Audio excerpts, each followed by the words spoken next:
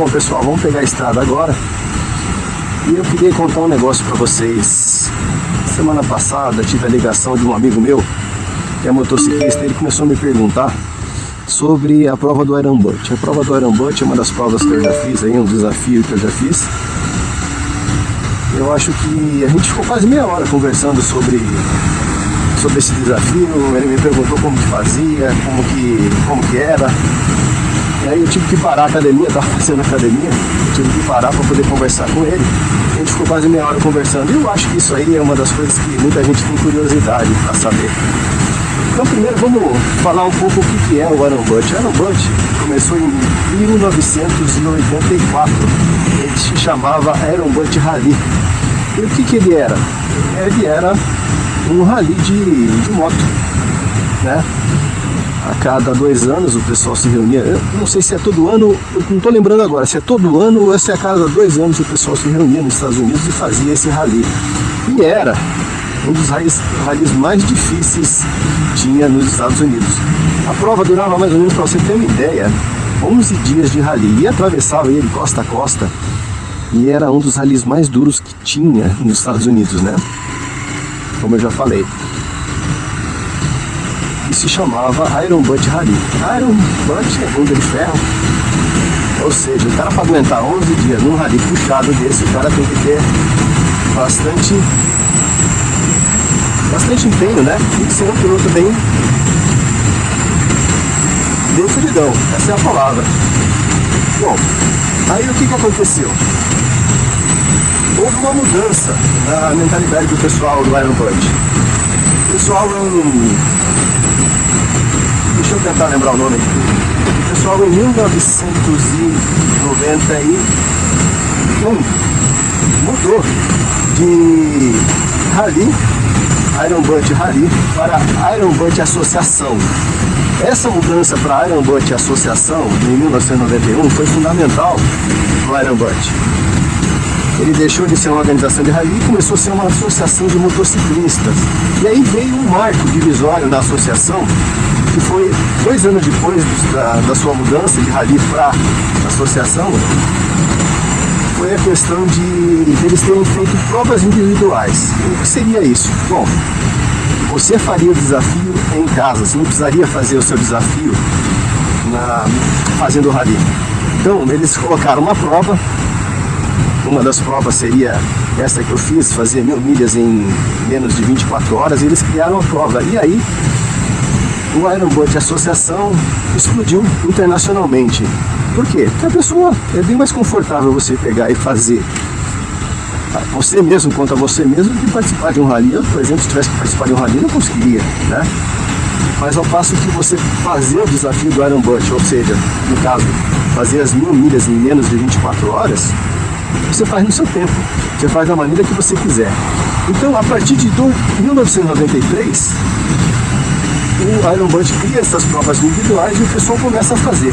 Então, se eu pegar para trás, de 1982, 1984, não lembro, quando foi fundado o Iron Butt, até 1993, quando começou as provas individuais, o Iron Butt não tinha certificado nem 1000 pessoas. Nem 1000 pessoas tinham certificado de participação nesse rally.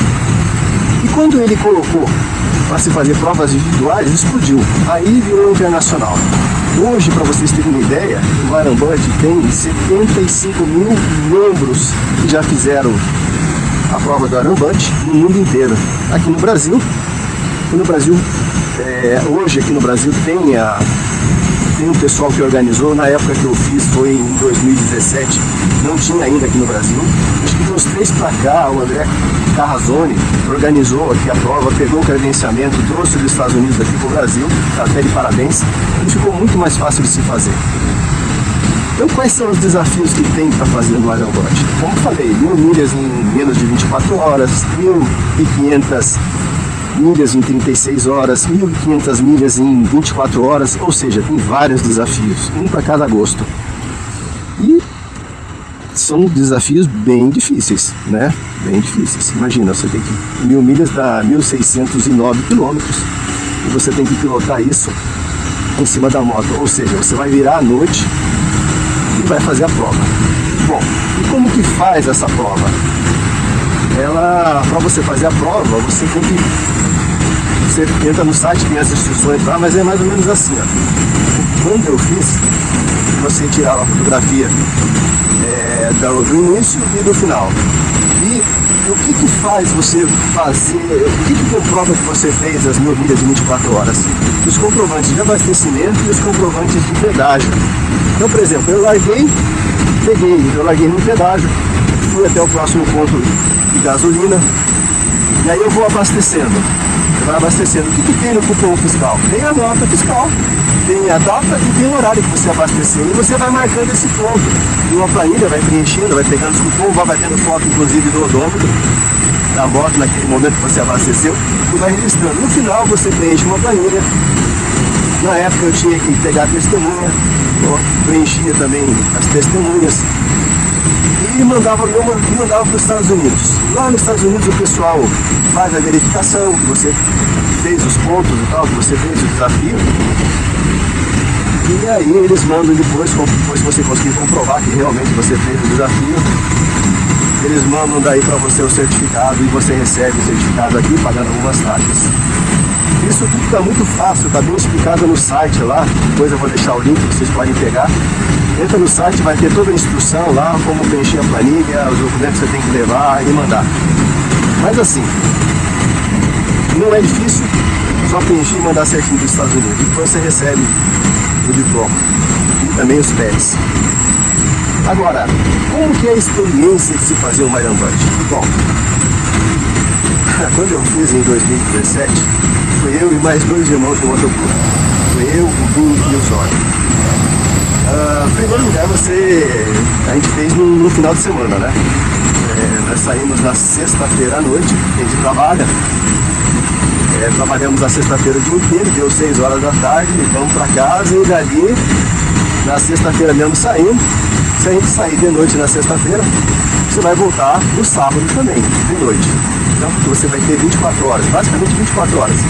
Então você ainda tem o domingo para descansar. Então foi o que a gente fez. Só que o que acontece quando você faz uma viagem dessa? Você está pensando, você quase uma semana antes você não dorme.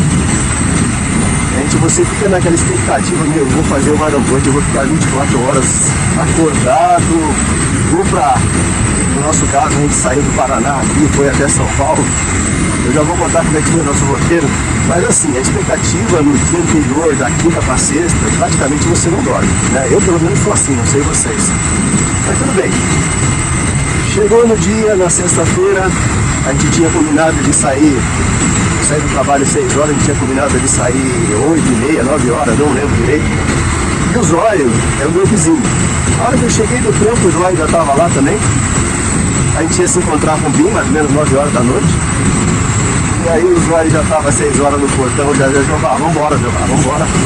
Você já não estava combinado? Deus do Zóio. Liga pro Binho, aí saímos na correria para catar o Binho, para se encontrar. Aí nos encontramos, né? E partimos. Bom, partimos. Aí começam os nossos problemas. Quando você vai fazer uma prova dessa, tem alguns pontos que você precisa observar que nós não observamos porque a gente era inexperiente, né? O primeiro ponto que você tem que observar é a questão do percurso. Deixa eu só falar sobre o percurso. O percurso, há 3 tipos de percurso. O percurso vai e volta, você sai do ponto A, vai até o meio do caminho e volta. Esse aí, na época quando a gente fez, não era permitido, ou pelo menos as instruções lá não permitia. Então a gente não fez esse percurso, a gente fez um percurso de vértice. O que é um percurso de vértice? Você sai do ponto A, vai para o ponto B, do ponto B você vai para o C, do C você vai para o D, e aí a gente fecha o circuito. A gente sai do A, faz todos os pontos e depois volta ao ponto inicial. Então como se fosse um ciclo, passando por cada ponto desse aí, fazendo o vértice, chegando ao ponto inicial. Ou você faz um circuito em linha reta, beleza? Então ou você faz vértice ou você faz linha reta. Bate e volta, a gente não ia fazer porque não ia arriscar a prova, vai que esse negócio aí não era permitido, ainda mais na nossa época, não tinha tanta orientação que tem hoje aqui no Brasil. você tinha que fazer, mandar para os Estados Unidos. Se a gente tivesse feito errado esse bate-volta e não valia, não valesse, a gente ia perder a prova, ninguém queria arriscar isso, né? Então tá. E aí, cara, a gente fez então esse roteiro. Jogamos no mapa, sai então aqui, a gente resolveu ir no pedágio, saímos de Arapongas, fomos até o pedágio de Mandaguari, passa pelo pedágio de Arapongas e assim vai, descendo, passando por Apucarana, sentido a Curitiba, chega em Curitiba, pega a Regis Bittencourt, vai, atravessa a serra Curitiba sentido São Paulo. Quando chega na altura de Juquiá, ali em Juquiá, entra para 101, vai até Santos, Santos atravessa Guarujá, pega um ferry-boat, cara, depois sobe de novo para São Paulo, aí sobe em Imigrantes, Anchieta ali, sobe em Imigrantes, pega Castelo Branco, depois vem pro sentido norte você vem pro sentido Raposo, anda até um pouco, depois você retorna pela Raposo, chegando aqui em Arapongas novamente. O que acontece? Esse roteiro aí, na teoria, dava 20 horas, né? 20 horas, 24, tranquilo, vamos embora. Só que, olha só, isso é um roteiro turístico. Vamos passar aquela ponte estaiada, a gente pensou. Ou seja, nós fizemos tudo errado, nós fizemos um roteiro turístico para fazer uma prova de Iron Butt. Sabe o que aconteceu nesse roteiro turístico? Bom, primeiro, quando nós saímos daqui, sentido Curitiba, a gente pegou um acidente. 3 caminhões se chocaram, bateram, tinha um posicionamento de quase 8 quilômetros. A gente pegou a lateral, foi pela lateral, era de noite mesmo, né? 11 horas, meia-noite por aí, nós atravessando ali. E pau, né? Fizemos aí atravessamos o posicionamento dos 3 caminhões e atravessamos, né? Beleza, esse foi o primeiro perrengue. A falta de noção total da gente, né? Em função desse congestionamento, tinha uma fila muito grande de carro e a fila estava parada no sentido contrário no pedágio. E a gente passou pelo pedágio, o BIM começou aquela fila toda, o pessoal falando, mexendo com o BIM e tal. O BIM sai da moto, cara, começa a conversar com os estudantes que estavam fazendo excursão e vai tirar fotografia. Olha só a cabeça do BIM, a minha e a do Zóio. Vamos tirar fotografia com os estudantes que estavam parados na fila. Eles perguntaram o que vocês estão fazendo. Eles estão fazendo Iron Butt, vão fazer 24 horas. Cara, puta que legal, não sei o que. Vamos tirar fotografia no pedágio com os estudantes. Só na nossa cabeça. E o tempo correndo, né? Já passamos o congestionamento, agora passamos tirando fotografia com o pessoal no pedágio, turistando. E aí tá, beleza. Passou, vambora. Pegamos, eu me sujei bastante de barro, paramos pra se limpar lá em Ponta Grossa, vocês vão ver a imagem aí. Olha, o Zóio dando um banho no Jeová aqui. Jeová dando banho em mim. Uma hora da manhã. E aí foi, beleza. De novo, chuva fina, aí chegando em Curitiba, pegamos a serra, aí na serra lá aquela chuva fininha, neblina, atravessando aquela serra ali da Regis Bittencourt. Amanheceu o dia, nós saiu um alívio, né? Amanheceu o dia, opa, agora beleza, atravessamos a noite, eu acho que era a parte mais difícil. Você tem que começar fazendo à noite, porque você está menos cansado, isso é a lógica. Aí fomos pro litoral. E aí marquei para entrar lá na Ponte Estaiada, saindo direto na 101, indo na Ponte Estaiada. E o que eu faço? Eu peguei a saída da ponte. Vou economizar um ponto de GPS, vou colocar só a saída dele e não a entrada. Meu, quando eu faço isso, o GPS muda o rumo e eu não percebi. E ele me desvia da rota e me joga pela ponte do Mar Pequeno. Eu saio desse caminho e aí a gente entra em Santos pela favela, cara. Ou seja, 6 horas da manhã, eu e o Zóio vim atravessando a favela da Baixada Santista, os 3 de Harley, fazendo Iron Butt, atravessando a favela e sem noção, perdido. Então, acho que é por Deus mesmo, a gente passou a favela, passamos esse ponto aí chegamos onde a gente queria e continuamos, né? Atravessamos a favela e fomos para aquele ponto que a gente queria lá, que era fazer, ver a ponte estaiada. Aí a gente vai, tira a foto da ponte estaiada, quer dizer, nada a ver com quem está fazendo uma prova de aerobante, meu. Você não pode perder tempo com isso. E aí a gente fez, passou a ponte estaiada, aí foi andando pela orla da praia de Santos. Olha só, a gente passando pela orla da praia. Perdendo tempo, né? Essa que é a verdade. Aí chegamos lá, da ponte estaiada até o ferryboat. Atravessamos o ferryboat de Santos, vocês vão ver a imagem aí. Aí chegamos lá de Santos Guarujá. Chegamos lá e no Guarujá, passando pelo ferryboat, tomamos café e aí depois a gente sobe de novo para São Paulo. Então, para quem está fazendo uma prova de aerobante, nada a ver, entendeu? Nada a ver, você não usa esses trajetos aí turísticos que nem a gente fez. Resultado, cara, nós chegamos em São Paulo perto do meio-dia, com todo esse tempo que a gente perdeu, atravessando favela, pegando chuva, pegando acidente. Na hora que eu olhei no relógio, eu falei assim, nós se ferramos. Nós não vamos chegar a tempo das 24 horas. Eu olhei pro Zóio, o Zóio é um bom piloto. Olhei pro Bim, agora nós vamos ter que andar nessa castela. E nós descemos o pau, cara. Nós descemos o pau nessa castela, foi. Eu não vou dizer pra vocês quanto eu tava andando, quanto a gente tava andando, mas a gente tava andando bem. O que acontece? A gente tinha uma meta. Nossa meta era o pôr do sol. Na hora que a gente saiu do ponto inicial, o sol, ele se pôs. Então a gente tinha que chegar antes do sol se pôr. A gente estava no horário de verão, era 8 horas. Quando a gente pegou o primeiro ponto do pedágio, tinha que estar exatamente 8 horas. E a gente foi, desceu o chinelo, andando tudo que a gente podia andar. E quando a gente chegou a 30 quilômetros antes do ponto que seria a finalização, eu vi que não ia dar tempo para a gente chegar no nosso destino final. E só que a gente deixou uma margem, né? Deixou uma margem. E aí eu olhei pro Bim, quanto que tá dando seus quilômetros aí? Deve estar dando 1.630 mais ou menos. No meu também tava 1.630. Opa, já tinha cruzado as 1.000 milhas. Aí nós paramos no primeiro posto e abastecemos e completamos a prova. É um distrito aqui perto de Rolândia e dava essa distância e completamos a prova. Aí abastecemos e aí fomos para o último ponto. Quando nós chegamos no último ponto, cara, nós estouramos as 24 horas por 1 minuto. Deu 24 horas e 1 minuto.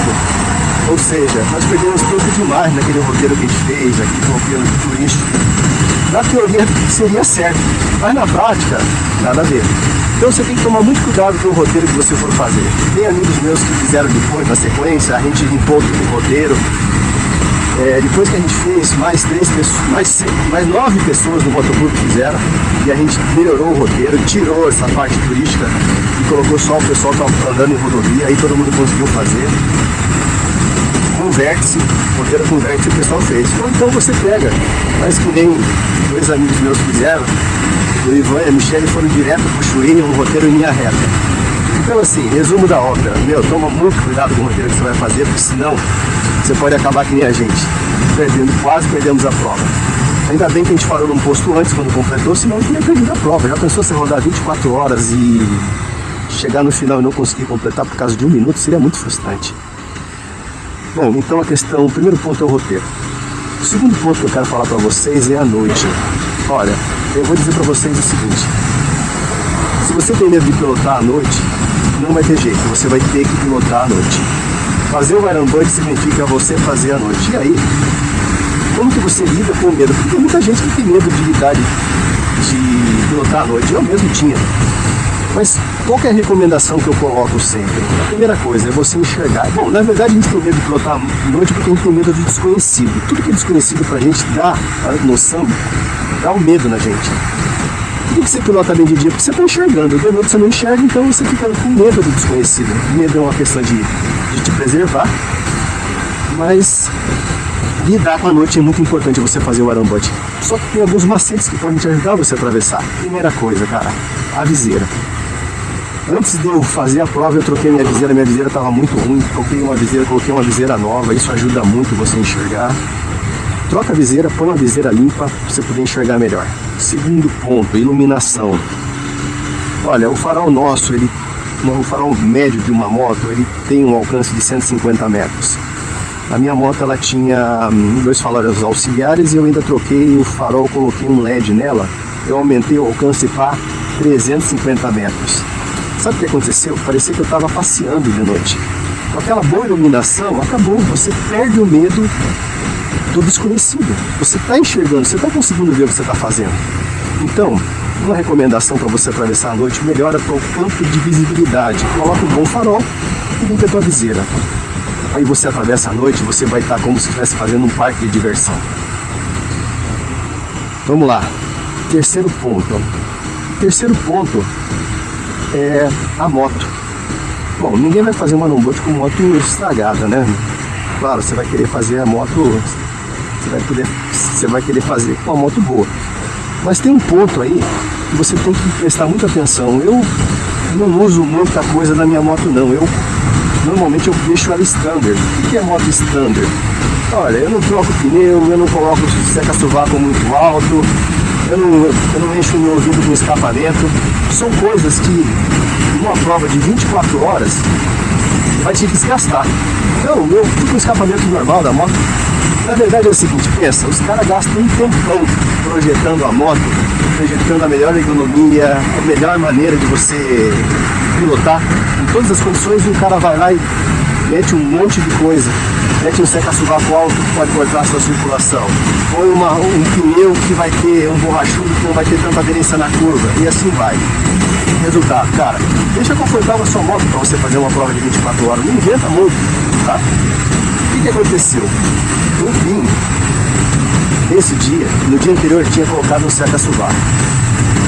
E era meio alto para ele. O que aconteceu? No final da prova, ele já estava com o braço doído. Entendeu? Você está falando 24 horas pilotando, então você tem que ter um certo conforto. Então ele sofreu bastante. Então pensa nisso, pensa não só na manutenção da moto, mas pensa também no teu conforto de fazer uma viagem de 24 horas, tá? O quarto pilar é o custo, né? O custo não é muito alto, o custo é o normal. Quando a gente fez, o que a gente gastou? Basicamente a gente gastou gasolina, abastecimentos aí para fazer a viagem, hospedagem e comer alguma coisa, porque ninguém vai fazer uma prova dessa e comer um monte, né? Você tem que comer frutas leves e tal, então a gente tomou bastante energético, água, fez alguns lanches, então nada muito caro, não tem hospedagem. Então assim, vamos falar, o custo eu acho que vai ser a gasolina paga, o pedágio que você pagar e algum lanche que você fizer na estrada que você tem que fazer, né? Mas assim, não é nada exorbitante, até porque você não vai ter hospedagem. Normalmente a hospedagem encarece bastante as viagens. Então como você não tem, você vai ficar 24 horas em cima da moto, você não vai ter hospedagem. E quando você fechar o ciclo, se você fizer diversos, você já vai estar praticamente na sua casa. Então, quartelar seria o custo. E não é nada excessivo. Eu coloquei na tela aqui o que a gente gastou. Na época, eu tinha esses números, só somei as notinhas, então não deu muita coisa. Na época, inclusive. Quinto pilar, né? O quinto seria toda hora é hora. O que isso significa? Bom, existe um negócio que é chamado cemitério das boas ideias. Que o cara fala assim, né? A ideia é boa, mas no momento a gente não vai fazer. Vamos pensar bem, vamos deixar para daqui a um tempo. Ou seja, você vai enterrando as boas ideias no cemitério. Chama-se cemitério das boas ideias. Então tem que tomar cuidado com isso, né? Não é o momento de fazer agora, vamos deixar para amanhã. E por que eu falo que toda hora é hora de você fazer o aerobote? Basta você querer. Pensa comigo. Se você pensar que o dia tem 24 horas e você trabalhou a semana inteira, você chega do serviço mais ou menos 6 horas por aí, pega a motoca e vai fazer. Você vai atravessar sexta-feira, vai chegar no sábado às mesmas, vamos supor que você saiu 8 horas, você vai fazer 24 horas, você vai chegar 8 horas do sábado, se você gastar tudo isso, né? E ainda você vai ter o final de semana, domingo para descansar com a sua família, então praticamente toda hora é hora. Ah, mas esse final de semana choveu, não tem problema. Então adiamos pro próximo final de semana. Ah, mas e se outro final de semana chover? Não tem problema, adiamos também. Até ter tempo firme, seco, para fazer a viagem. Por isso que eu falo, toda hora é hora. Deite com uma ideia e levante com atitude. Eu sempre falo isso. Não deixe o cemitério das boas ideias enterrar a tua intenção, a tua vontade. E uma última coisa que eu queria falar para vocês, que é uma coisa que sempre me guiou a minha vida, e é uma frase que eu quero deixar para você pensar. Todos os desafios que eu fiz, tudo que eu já fiz, toda vez que eu estou com alguma dificuldade, eu sempre lembro dessa frase. Diz mais ou menos assim, ó. Tudo que você quer na vida está do outro lado do medo. Já pensou? Para pensar nisso. Tudo que você quer está do outro lado do medo. Então, com essa frase, eu encerro aí o que a gente falou sobre o Iron Man. Espero que tenham gostado.